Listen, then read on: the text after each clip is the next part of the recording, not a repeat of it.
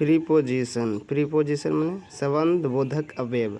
कहे का मतलब होता है कि preposition, A preposition is a word usually placed before a noun और pronoun to show its relation to some other word in the sentence।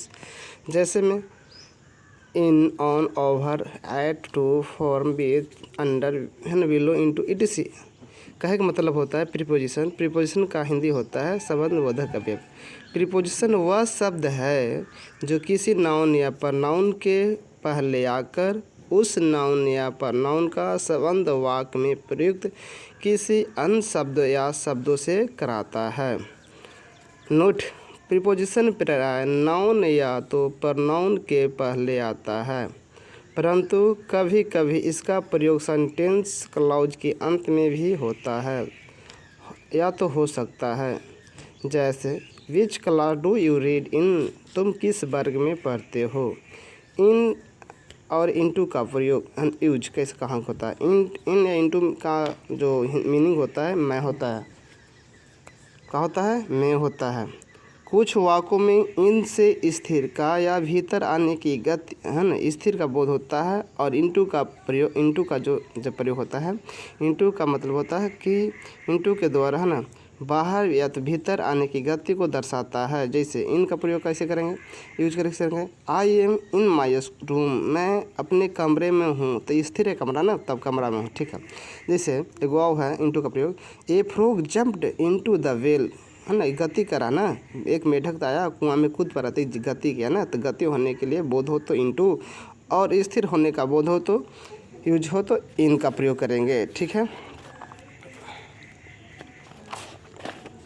देखिए अब देखिए एट या तो इन है ना, और एट इन करो। एट मैंने मैं, आइन मैंने फर। जहाँ एट का संबंध छोटे स्थान समय से, वहीं इन का संबंध बड़े स्थान या समय से। जैसे इन का प्रयोग आई लिव इन पटना, मैं पटना में रहता हूँ। तो बड़े है ना, इन का प्रयोग क्या हुआ, बड़े स्थान पर हुआ, ठीक है। सी कम इन द मॉर्निंग, वह सुबह में आई, इस समय का भी विरोध हुआ। सी कप एट 8 o'clock, वह 8 बजे आई, समय का प्रयोग हुआ।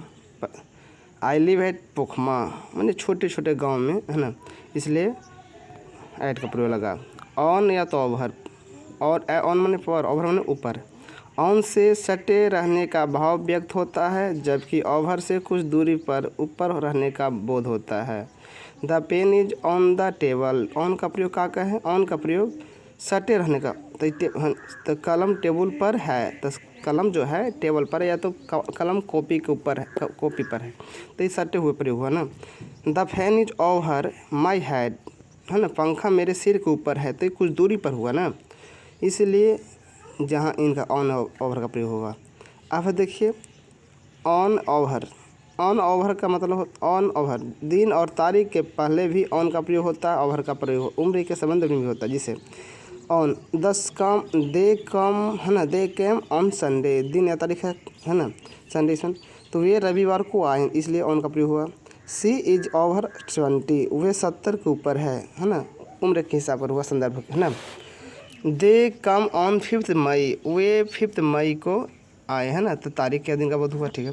टू या टू और फॉर्म का प्रयोग, जहाँ टू से किसी स्थान या व्यक्ति की है ना, टू का प्रयोग जहाँ टू से किसी स्थान या व्यक्ति की और जाने का बोध होता है, वहीं फॉर्म से अलग होने का बोध होता है। Ram is going to Shyam, है ना, राम श्याम के पास जा रहा है, तो जाने के बोध हुआ ना, इसलिए टू का प्रयोग। सी कम फ्रॉम दिल्ली, वह दिल्ली से आई, मैंने कुछ है ना, फॉर्म का प्रयोग का हुआ, फॉर्म का प्रयोग अलग होने का बोध हुआ, ठीक है। बिटवीन और अमंग, जहाँ बिटवीन का प्रयोग दो व्यक्तियों या वस्तुओं के बीच के सूचित करने के लिए होता है, वहीं पर अमंग का प्रयोग दो या दो से अधिक व्यक्तियों या वस्तुओं के बीच का सूचित करने के लिए होता है। Distribute it between Mohan and Sohan, दो व्यक्ति मोहन एंड सोहन था, इसलिए बिटवीन लगाए हैं।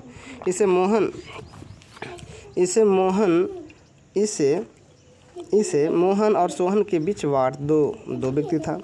Distribute it among the boys, इसे लड़कों के बीच बांट दो, मैंने 2 से अधिक हुआ। देखिए सिंस या फोर्स जहाँ पॉइंट ऑफ टाइम के पहले सिंस का प्रयोग हो वहीं पीरियड ऑफ टाइम के पहले, जैसे she has been sleeping since 8 o'clock, वह 8 बजे से सो रही है। ठीक है, ओके, मेरा प्रीपोजिशन चैप्टर समाप्त हो गया। और जहाँ प्रीपोजिशन में दिखा होगा कमेंट कीजिएगा। और एक बात और, शेयर सब्सक्राइब जरूर कीजिएगा।